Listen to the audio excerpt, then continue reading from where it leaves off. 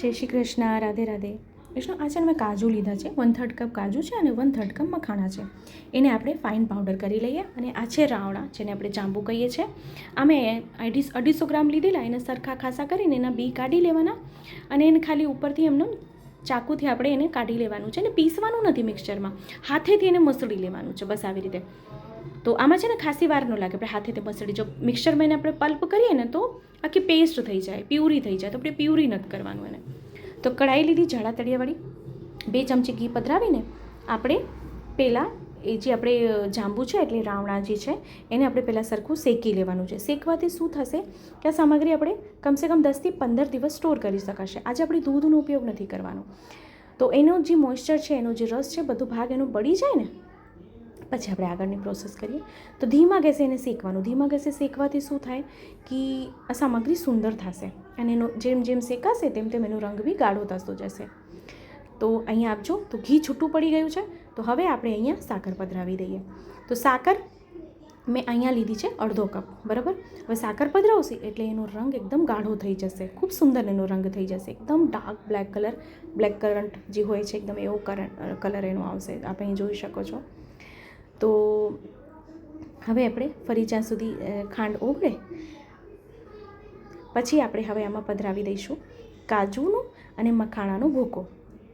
કારણ કે આ સામગ્રી આપણે સ્ટોર કરવાની છે. દૂધ પધરાવીએ ને તો દૂધવાળી સામગ્રી વધારે દિવસ સ્ટોર ના થાય, પણ આ સૂકા મેવાની સામગ્રી કરીએ એની સાથે, ફ્રૂટની સાથે, લીલા મેવાની સાથે સૂકો મેવું કરીને કરીએ તો સામગ્રીની લાઈફ વધી જાય. એટલે 10 થી 15 દિવસ આપણે સામગ્રી રાખી શકાય છે. પણ શેકવાનું એકદમ સરળતાથી, કે જેથી એને જે મોઇસ્ચર છે બધું બળી જવું જોઈએ, એનો રસનો ભાગ, તો સામગ્રી સ્ટોર થશે. નહીં તો ખટાશ રહી જશે. તો ખટાશનો ભાગ ના રહેવું જોઈએ. તો હવે અહીંયા આપણે જોઈ શકીએ છીએ તો આ સામગ્રી ખૂબ સુંદર રીતે થઈ ગઈ છે. લોહી છોડવા માંડ્યું છે, ગોળો વળી ગયો છે. તો આપણે જો ખૂબ સુંદર. તો હવે આપણે ગેસને બંધ કરીને ગેસથી નીચે ઉતારી લઈએ અને સામગ્રી ઠંડી થાય લોહીયામાં ને લોહીયામાં, કારણ કે લોહીયું ગરમ હોય ને, તો લોહીયામાં થોડીક વાર રહેવા દઈએ. પછી આપણે સુંદર. હવે જો આપણે અહીંયા નંગ વાળવા છે ને પેડા, તો પેડા વાળી શકાય છે. તો અહીંયા હું ટૂંક કરી લઈશ, અહીં હું ટૂંક કરી રહી છું, પણ આપણે નંગ વાળવા પર વાળી શકો છો. તો એક પાત્ર લીધું છે, એમાં નીચે ઘી લગાડી દીધું અને જે સામગ્રી છે આપણે એમાં ઢાળી દઈએ અને એને સરખી રીતે આપણે સ્પ્રેડ કરી દઈએ. એટલે ઇવનલી એકદમ પ્રોપર સ્પ્રેડ કરી દઈએ, જેથી એને સરખા ટૂંક થઈ શકે. હવે જો આપને હું ઓછા પ્રમાણમાં સામગ્રીનો વિડીયો દેખાડી રહી છું. આપને જો વધારે પ્રમાણમાં કરવી હોય તો આપ સિદ્ધ કરી શકો છો.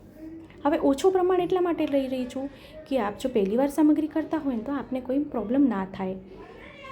તો આપ જો ચેનલ પર નવા આવ્યા હોય તો ચેનલને સબસ્ક્રાઈબ કરશો, બેલ આઇકન હિટ કરશો, જેથી જ્યારે બી કોઈ વિડીયો અપલોડ કરું તો આપ સુધી નોટિફિકેશન આવી જાય. અને વિડીયો ગમે તો આપણા ગ્રુપમાં શેર કરશો, જેથી વધુથી વધુ લોકો સુધી વિડીયો પહોંચે અને એને પણ વિડીયો ઉપયોગી થઈ શકે. અને આપને આ વિડીયો કેવો લાગ્યો છે, આપનું કમેન્ટ ખૂબ પ્રોત્સાહન આપે છે, તો આપનું કમેન્ટ ચોક્કસથી કરશો.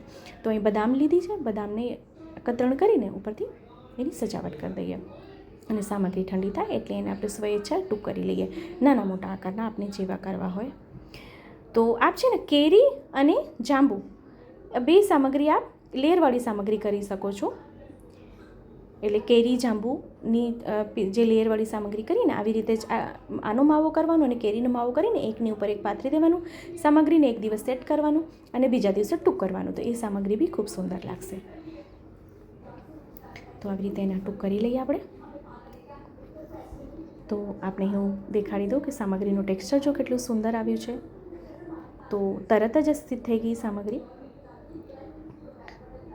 તેનો રંગ બી આપજો ખૂબ સુંદર છે. તો શ્રી પ્રભુને સોહાય તે અહીંયા સુંદર જાંબુની બરફી સિદ્ધ થઈ ગઈ છે. હવે આપણે એને પાત્રમાં સાજી લઈએ.